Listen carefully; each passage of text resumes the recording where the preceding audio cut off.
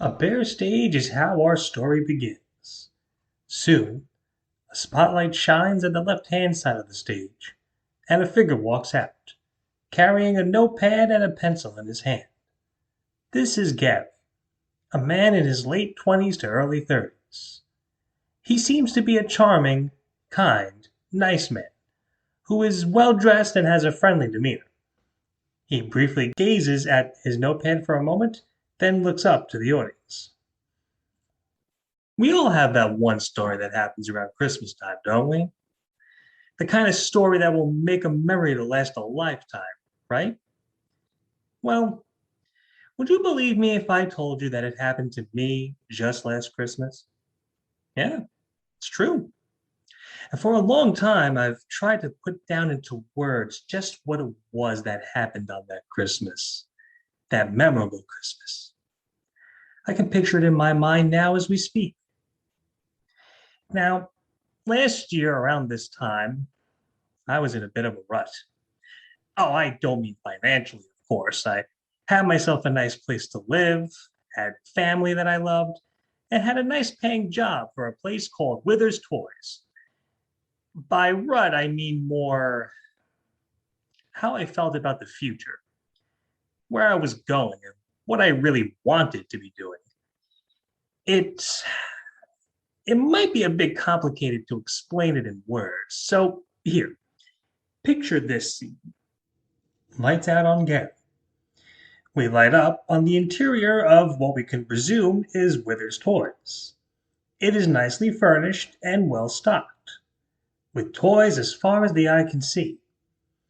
A spotlight slowly shines on Gary, who is talking to a woman that is standing by a table with two toy robots on it. Gary appears to be explaining about the robots as we hear him speak. Now, while it's true that the Chaos Changer robot here can transform into a tank, meaning it's two toys in one, on the other hand, this robot here, Destructo, he can shoot missiles and gooey slime out of two cannons, which means it could be good for the imagination. I'll confess, I'm sure you're not a fan of the slime component, but that could be switched out with water, which is a lot less messy. The woman nods and ponders this as Mr. Withers, the man behind the Withers toy name, comes over.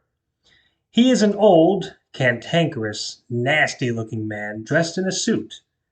He almost has a Mr. Burns from The Simpsons vibe to him. He walks up behind Gary and the woman and listens in on Gary. Now, the Chaos Changer robot is $35 and Destructo is $60. Personally, I'd go more with the Chaos Changer, as it reminds me of the old Transformer dolls.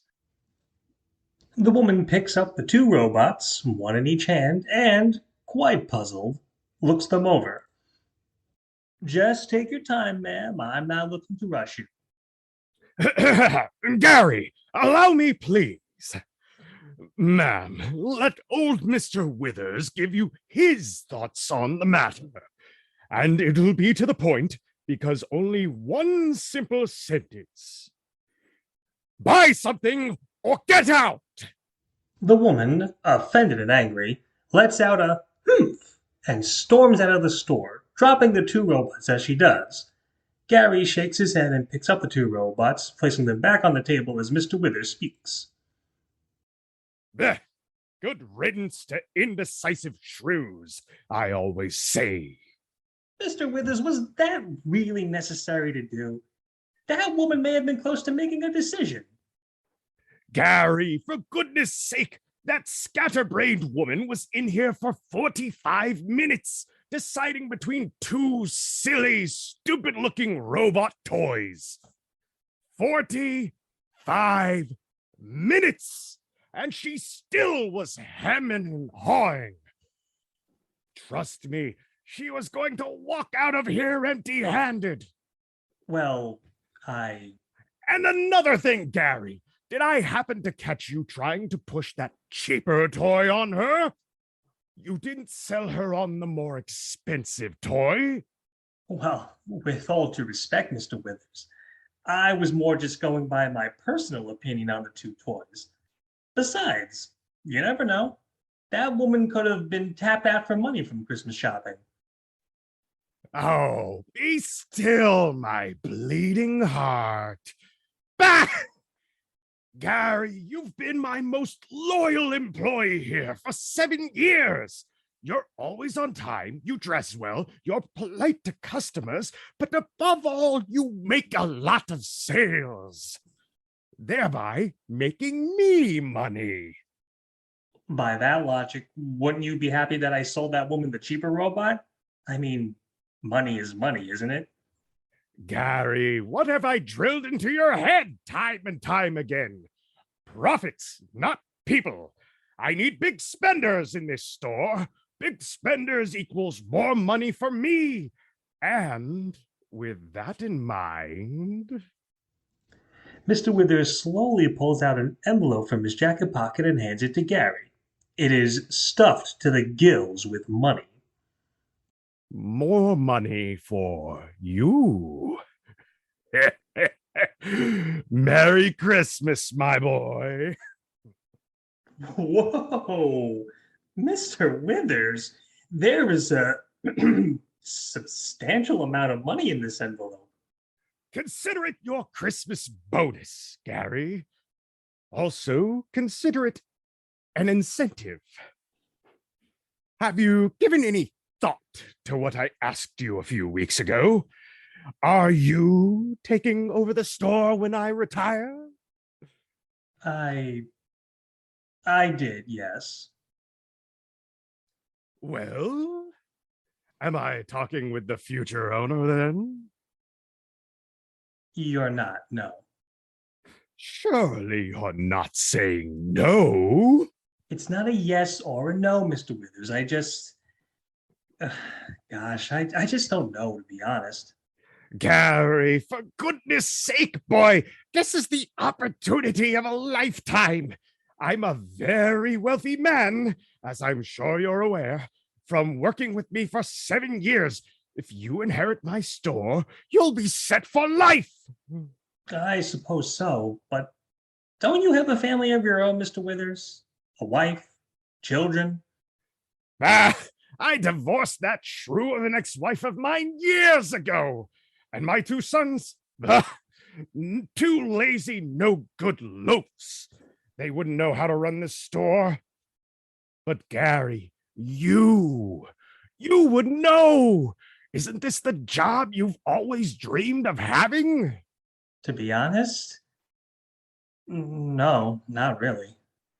I suppose I only kept it to save up for the future, all the while thinking about my actual dream.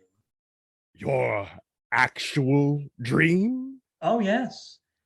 Quite frankly, Mr. Withers, I'd like to be a writer. Someday. A writer? Oh, for pity's sake. Where's the money to be made in that? Well, some people write for the love of it, Mr. Withers. It's not just about money. The love of writing? Can the love of writing pay your mortgage? Get you a nice car? Expensive clothes? Rubbish. That's all it is, rubbish. What would you even write about, Gary? Anyway. Well, I haven't quite figured that out yet. I suppose if I'm inspired by something, though, I could write about that. Well, I'd like for you to be inspired to get a sale from the next customer that walks in here. Understood? Sure. Got it, Mr. Withers.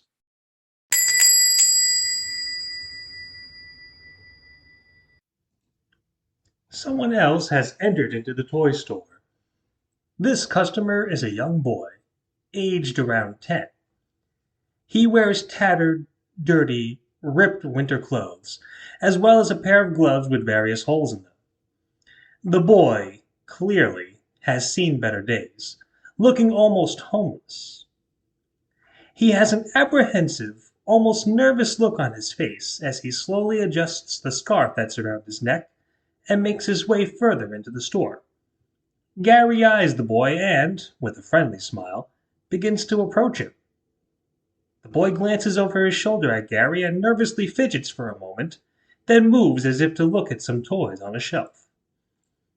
Hey, a partner? Merry Christmas. Yeah. Hi. Merry Christmas. Were you looking for anything in particular? No. Oh, okay then. Well, if you need anything, my name's Gary. Uh-huh. Gary steps away from the boy as Mr. Withers eyes him with scorn and a bit of suspicion. The boy, meanwhile, nervously looks at Mr. Withers, then turns his back to him and hums somewhat anxiously to himself. Gary fixes a few toys on a nearby shelf as Mr. Withers continues to eye the boy. Mr. Withers, I was going to get a cup of coffee next door. You want me to bring you a cup? Um, Mr. Withers? Gary, come over here. What's the matter? Shh, shh, shh, shh, shh, shh. What's going on? Watch this. Mr. Withers approaches the boy, dripping with charm and with a big fake smile on his face. Hello there, young fellow. What can old Mr. Withers do for you? Did you... I'm just looking. Just looking. That's all. I'll let you know if I need help. But for now, don't crowd me. You're making me nervous. Very well. Mr. Withers motions for Gary to come closer. Gary. Gary.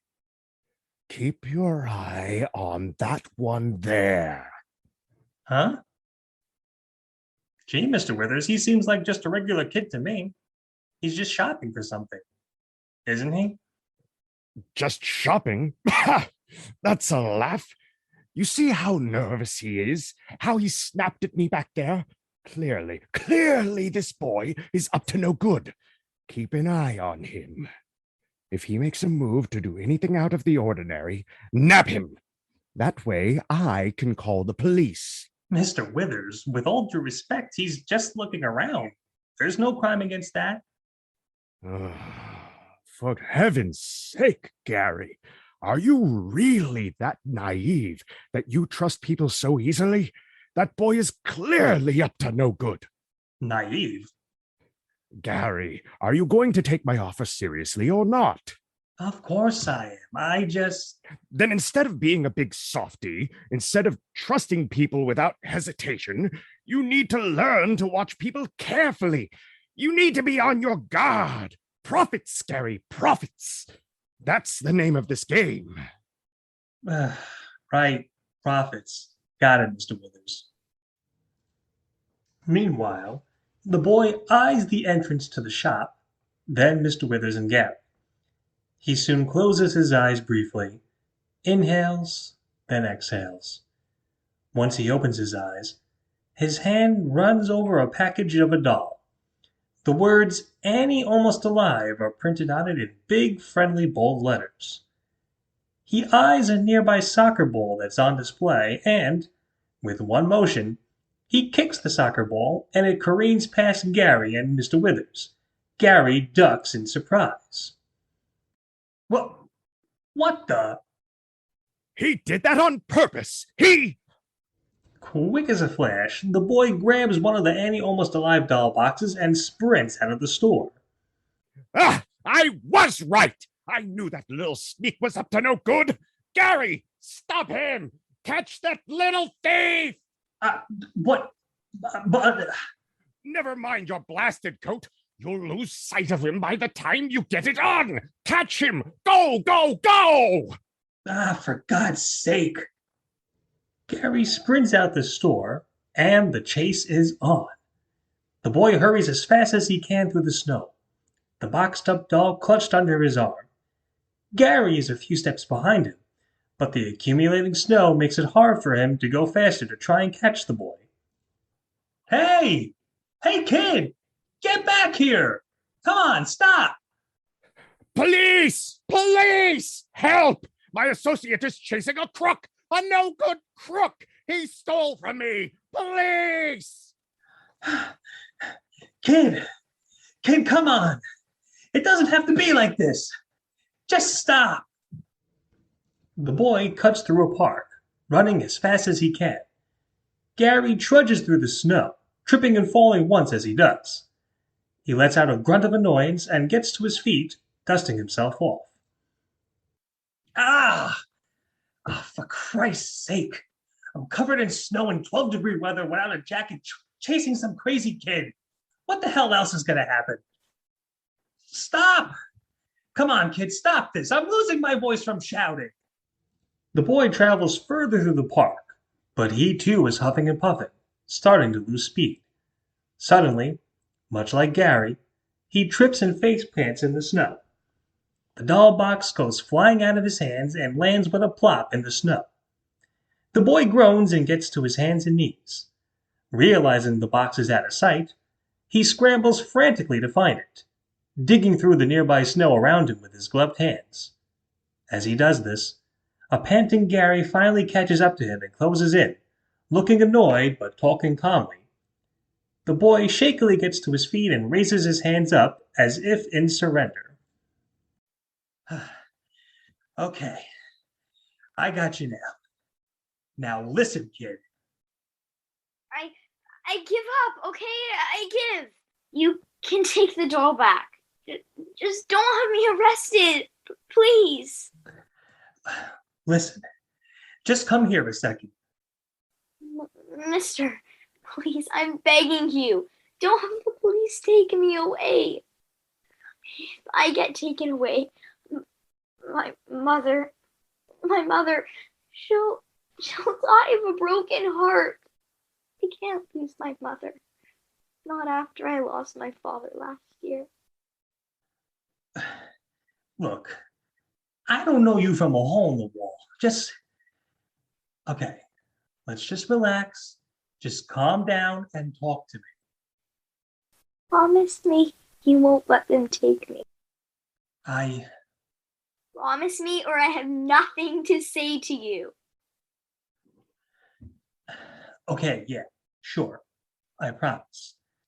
I'm too damn tired from running to argue anyway. Look, what's your name, kid? None of your business. What, do you think I'm going to assume your identity or something? If we're going to get to the bottom of what's going on here, I need to know your name. Benjamin. But my friends call me Ben. Nice to meet you, Benjamin. Ben. I'm Gary. But you probably remember me telling you that back at the store. So, Ben, talk to me. Why'd you take that doll, You don't look like a bad kid. Go on, tell me.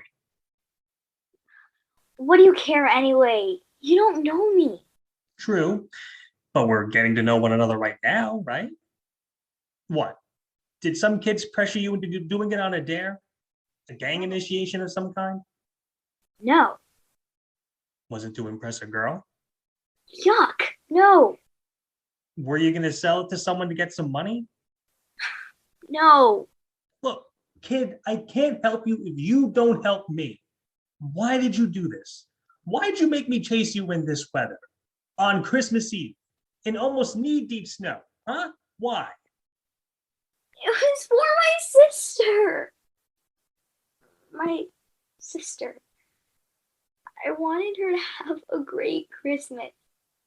But my family has no money. So I stole it. I'm not a damn thief. I just want my sister to be happy. Happy while she's really sick. Benjamin lowers his head and begins to sob. Gary's look of annoyance melts into a look of pity and guilt. He cautiously walks over to Benjamin and pats him on the shoulder. Your sister's sick? Yeah. Gee. You don't have to answer if you don't want to. But what's wrong with her? Pneumonia. She's been sick for 2 weeks now. My mom is afraid she's not gonna make it to New Year's. No. Yeah, that doll I took, it, it was something she asked me for about 2 weeks ago. I remember every word of that conversation. We slowly dissolve into a flashback. We are in the bedroom of a girl, aged about 8 or 9. The girl looks absolutely miserable in bed, coughing and hacking as a spot shines on her. She moans in pain and sadness as we hear Benjamin's voice from off stage. Mama, just rest for a little bit. I'll take care of Jenny. I'll bring her the soup. Jenny coughs a bit more and shuts her eyes slowly. Soon, we hear a soft knocking at her door. Come in. The door slowly opens and in walks Benjamin, carrying a tray and a bowl of soup with him. Hey, sis. Hi, Ben. I just came in to give you some soup. It's chicken noodle. It'll help you get your strength back. I'm not hungry. Jenny, you haven't eaten in days. You can't go on like this. Come on. Just a little bit. Do it for me. Please? Okay. For you. Only a little bit. Atta girl. Benjamin spoons up some of the soup and feeds it to Jenny. He does this a few times, then stops and looks at her. Is it okay? It's not too hot, is it? No. It tastes good. Thanks, Ben. Of course, Jenny. Anything for you, sis. Benjamin notices a crinkled up paper on Jenny's dresser with something circled on it. He slowly motions to the paper. What's this you got circled here? Oh, it's nothing. There's a big circle here. It must be something. Benjamin slowly grabs the paper and looks at it. Oh! It's the hottest Christmas toys for the season. And Annie Almost Alive doll, huh? Yeah. Ben, come closer, please. What's up? Jenny, talk to me. You look worried. Ben, I don't know if I'm gonna make it much longer. We don't have the money to take me to a proper doctor or to get medicine. I heard Mama talking to a few people about it. I probably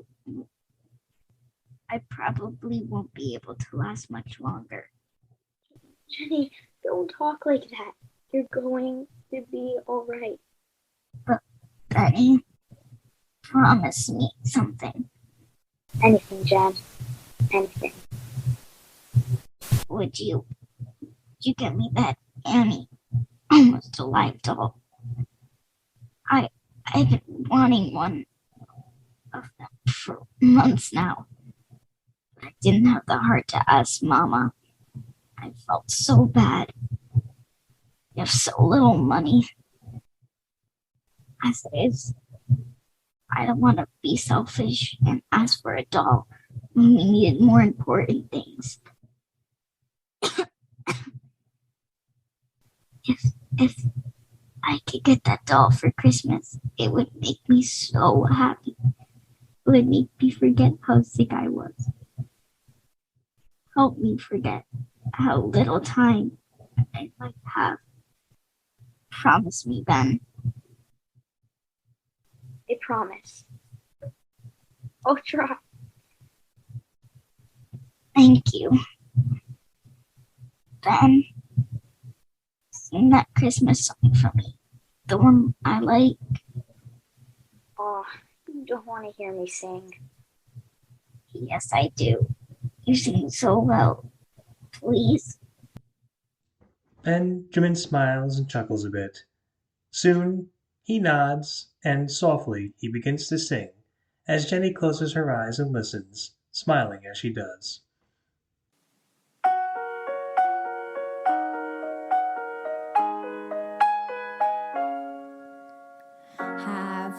yourself a merry little Christmas. Let your heart be light.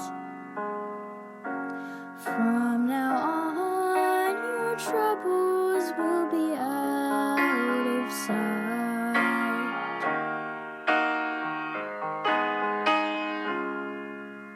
Have yourself a merry little Christmas.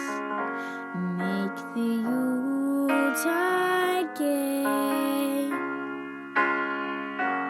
From now on, your troubles will be miles away.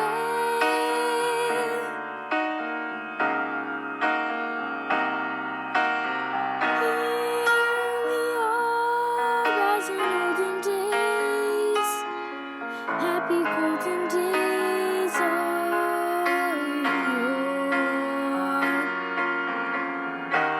Faithful friends who are dear to us, gather near to us once more. Through the years we all will be together, if the fates allow. So hang a shining star upon the highest bough,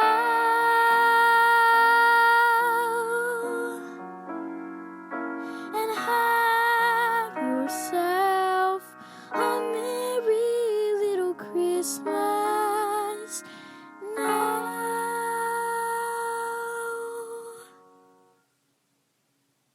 Thank you. I love you, Ben. I'm glad you're my brother. Jenny leans up and weakly, gently, pecks Benjamin on the cheek. I'm full now. I like to go rest. Benjamin nods as Jenny slowly closes her eyes.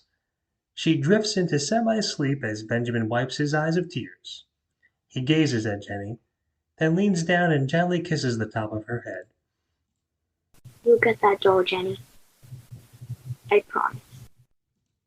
Benjamin grabs the tray and bowl and quietly hurries off stage as Jenny sleeps. We soon dissolve out of the flashback and back to the present. Gary stands, stunned, quiet, as Benjamin, back in his spot, wipes tears. Withers Toys was the only place left that had that doll. So, as much as I hated to do it, I took it. Only so my sister could have it in her arms for Christmas.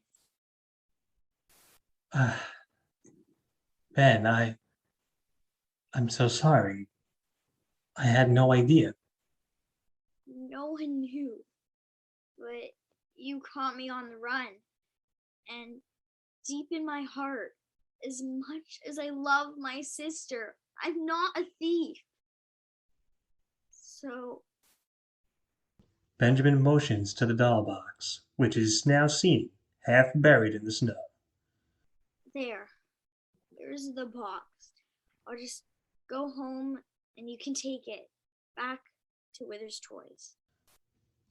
Soon, we hear the sound of a police siren going off and a car easing to a stop somewhere off stage. Benjamin looks to Gary, fear and anger etched in his eyes and face. You called them, didn't you? No, it wasn't me. Damn it, Mr. Withers must have run to the phone, that wrinkled old bat.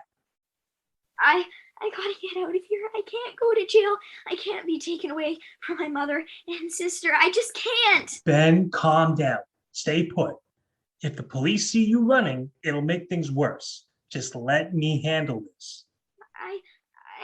Ben, I know that most of our first meeting was spent with me chasing you in the snow, but I'm not going to throw you under the bus so easily. Just trust me. I'll handle it. What are you going to say? Just follow my lead.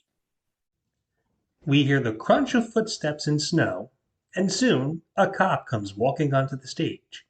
He holds up a flashlight to see better as he gets up to Gary. Hey, Gary! Merry Christmas. Jeez, aren't you cold without a jacket on? Oh, no, Dave. Being out in 10-degree weather is secretly what I live for. Right, stupid question. He slowly shines the light on Benjamin. So, what's going on here tonight? Mr. Withers called the station in a panic saying that some youngster stole an expensive doll from the shop. Is this him? Well, yes, this is him. Right. Sorry, kid, but just because it's Christmas, that doesn't mean we can break the law. I'm afraid I'll need to take you to the juvenile center for this. Benjamin looks to Gary, then to the cop. With a defeated sigh, he holds up his hands, as if waiting for the cuffs to be placed on his wrists. Suddenly, though, Gary stops the cop, thinking quick. Dave, I need to make a confession. I goofed. You goofed. Yeah, see, I forgot to tell Mr. Withers, idiot that I am. But that doll there, this kid prepaid for it. Yeah, he gave me the money for it yesterday and came in to pick it up tonight. I have the receipt here somewhere. Gary quickly digs through his pockets, then produces a tattered piece of paper and hands it to Benjamin. Oh, see? Right here. His receipt. Here you go, kid. I was racing after you to give this to you. You wouldn't want people to think that you just walked out with that doll, right? Right. Wait, hold on. So he paid for the doll already? He did, yes. It was just a misunderstanding on Mr. Withers' part, and a mistake on mine. Would you mind if I looked at that receipt? Just to make sure, Gary. Dave, it's almost 8 o'clock. It's 10 degrees out. It's snowing. And it's Christmas Eve. Do you really want to stand here and look at a receipt that's probably all wet and crumpled and faded? No, I do not. Rather be home with my wife and kids. Look, kid, whoever you are, go right to your house, okay? Got it? I don't want to hear any more calls about you, so no mischief, no wandering around, just go home. Besides, it's Christmas Eve, go see your family. And next time, exit from a shop in a calm and slow manner. Mr. Withers thought the worst of you since you ran. I know you're excited for Christmas, but slow it down. Gary, have yourself a good one and a good Christmas, but next time, please tell Mr. Withers these important key details before he calls us so he doesn't waste our time and resources. You got it, Dave. Have a good night. Gary slowly nudges forward a surprised, stunned Benjamin. Well, this nice officer, good night. Good night, sir, and Merry Christmas. Thanks, kid. Now, if you'll excuse me before I freeze to death, I'm heading back to the warmth of the squad car. With that, the cop walks off stage. Benjamin and Gary watch him in silence, then look to one another in silence and relief. I cannot believe we pulled that off. Thank God Dave's a friend of mine. And thank God he's also really impatient and lazy when he's tired. Sir, Hey, call me Gary. Sir makes me sound so old. Gary grabs the doll box out of the snow and hands it to Benjamin with a smile. I believe this is yours. Gary, how can I thank you for this? You could have let me get hold off, but you didn't. How can I ever? Don't worry about it. Mr. Withers was wrong. It's not profits I should worry about. It's people. That's what Christmas is all about. You know, maybe there is something you can do for me in return. Anything, Gary. Let me walk you to your home. I would feel terrible letting you go off alone. Also, I'd like very much to meet your mother and sister, if that's okay with you. Absolutely. It's not too far from here. Come on. I'd be happy to introduce you to my mom and my sister as the guy who saved my bacon. With that, the two happily head off stage. There is a brief blackout and scene change. We soon light up on the run-down shack of a home that belongs to Benjamin and his family. A woman is seated at a makeshift table on a rickety chair, one that looks like it is being held together just barely. She glances towards the front door of the shack, presumably looking for Benjamin. She lets out a worried sigh and stands up, pacing around as she does. Soon, we hear the sound of the shack door opening. The woman sighs with relief as Benjamin breezes in and goes into her arms for a hug. Mama, I'm home. Oh, Ben, sweetie, I was worried sick about you. Where did you wander off to? Mom, you're not gonna believe what happened. Slowly, Gary steps further onto the stage and clears his throat. Benjamin's mom eyes Gary briefly in fear, then, with an almost dignified sigh, she straightens her posture and speaks. I suppose you're a police officer sent to remove us from the shack. As horrible as you are for doing such a thing, as I am a single mother with 2 children, one of whom is very ill right now, I wasn't raised to run from the police when they have us dead to rights.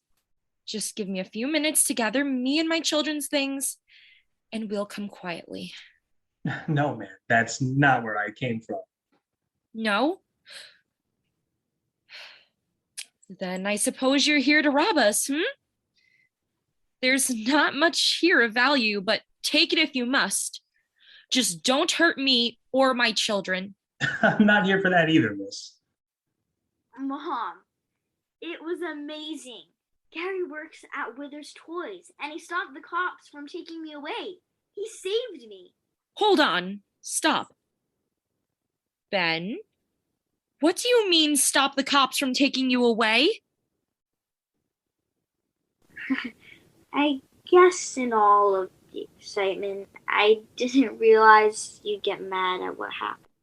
Listen, there's an explanation for all of this, Miss Baker. Miriam Baker. Baker. You see, Just Miriam is fine. Ben, what went on while you were out tonight? Did you get into some kind of trouble? Were you misbehaving? I did, Mom. Young man, not only did you have me worried sick, worried I'd have to take your sister in my arms and go outside looking for you, but you were causing trouble as well? Miriam, it's not as bad as all that. No, Gary. Let me tell her. Mama, I'm sorry. But I took something from Withers Toys tonight. I stole.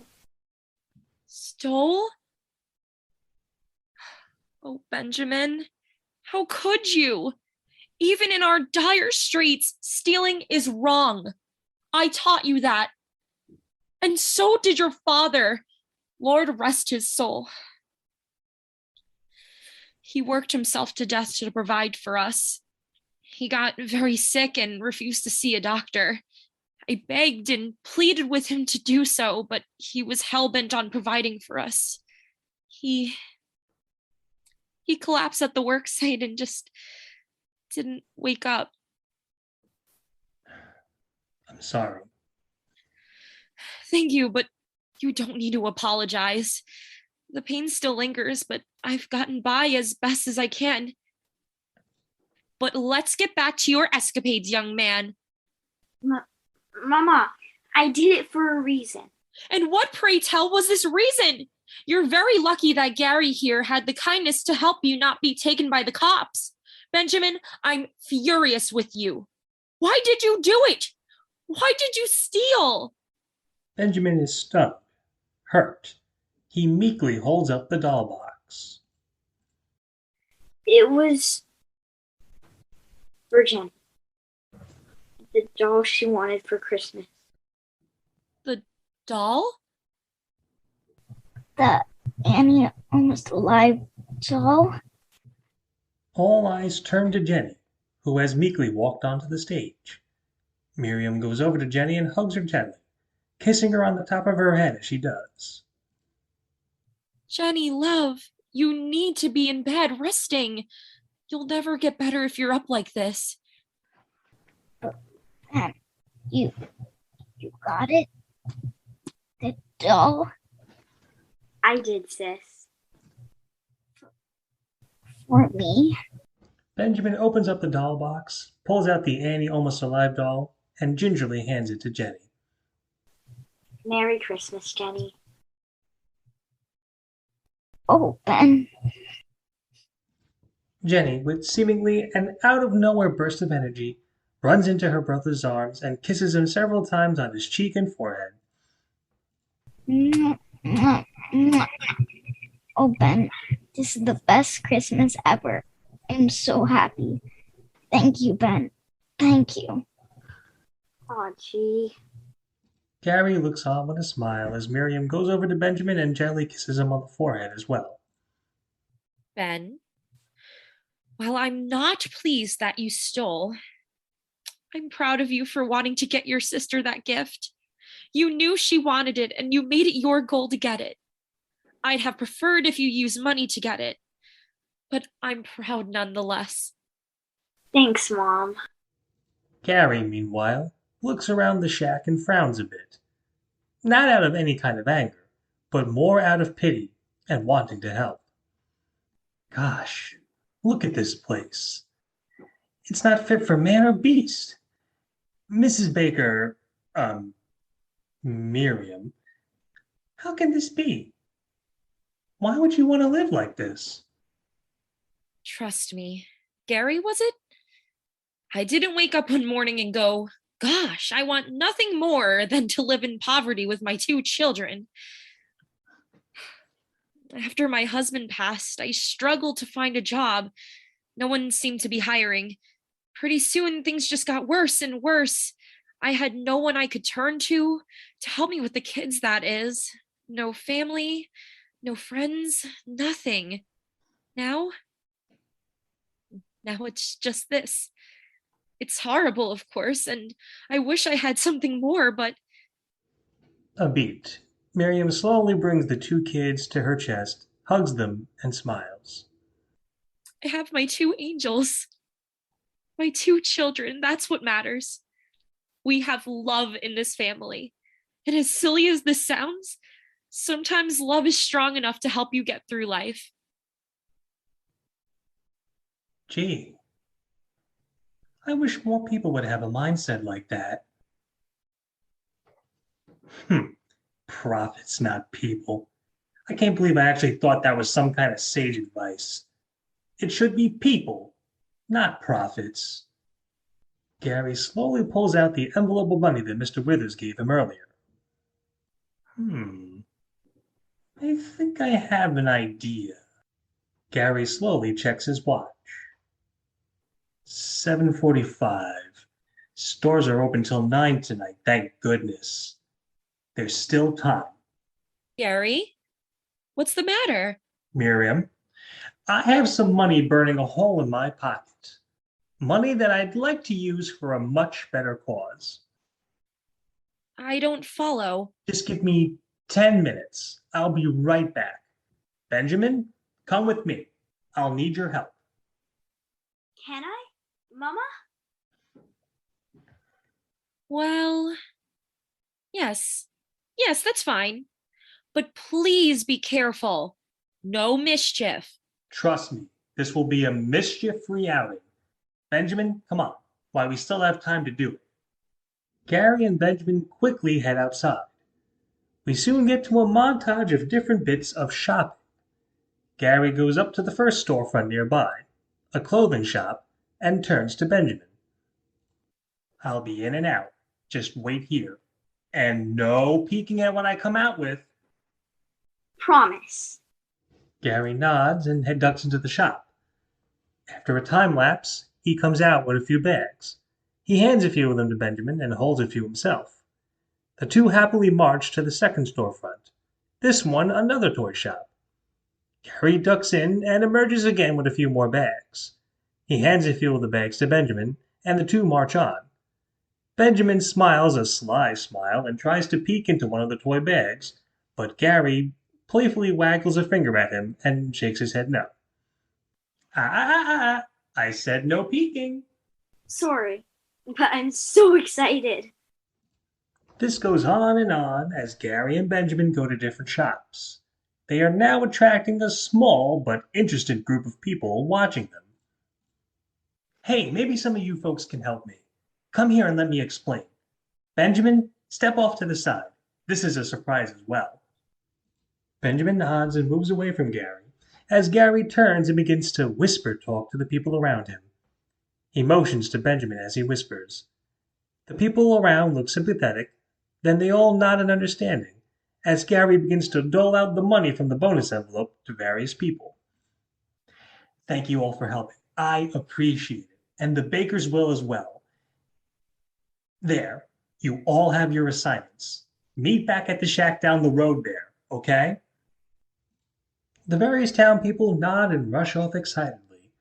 Soon, after a brief blackout and passage of time, we see Gary and Benjamin marching back to the shack, looking like triumphant heroes returning from war.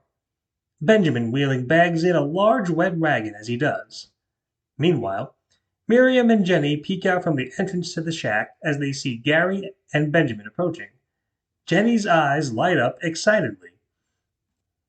Mommy, look at all those bags. What do you suppose they do? I don't know, Sweet Pea, but I think we're about to find out. We're back. Mother dear, pardon our tardiness, but Mr. Gary and I did a bit of window shopping. What were you two up to out there? What was all of this about? Miriam, everyone deserves to have a happy Christmas. From the highest of the high to those who are trying their best. So, if you please, courtesy of Mr. Withers' Christmas bonus, a happy Christmas. Gary begins to open up various bags. He pulls out winter coats and warm clothes for Jenny and Benjamin and hands them to the two. The kids are excited. Jenny tries on one of the coats with awe. New coats? And winter clothes. Gee, I feel like little orphan Annie. This is great. You... Gary slowly hands Miriam a bag. She pulls out clothes of her own. Is this... For you? Well, of course. I wouldn't leave you out. Gary opens up more bags, revealing toys and games for Jenny and Benjamin, who squeal in delight and fawn over them. Gary then hands Miriam a small bottle of perfume, as well as a small box containing earrings. Oh my God. Perfume? Earrings? Gary, I can't possibly pay you back for this. Miriam, this isn't a bank loan. It's gifts to help you guys. And there's more. Gary leads Miriam and the kids outside as some people smile and crowd around on stage. Hey everyone, here's the Baker family. Miriam and her two kids, Jenny and Benjamin. Now, Miriam, I really hope I haven't overstepped anything. And if I did, you can yell at me later. But some of the townspeople here wanted to help out too. Here, Mr. Garfield, the local pharmacist. He has some medicine and antibiotics to help ease Jenny's pneumonia. She'll need to see a doctor to fully recover, but these things here will reduce the severity of it. And Mrs. Fitzgerald, her husband owns the grocery store not too far from here. She and her husband got you some food and items to help stock your new apartment. Thank you. I can't even begin to. New apartment? Yes, Mr. Martinez here. He owns an apartment complex, and there were some vacancies. It's fully furnished, and it's yours. The first few months are paid for, and Mr. Martinez will be mindful of things for future rent as you try to seek employment. Miriam stares at Gary, her eyes flooding with tears, a happy smile on her face.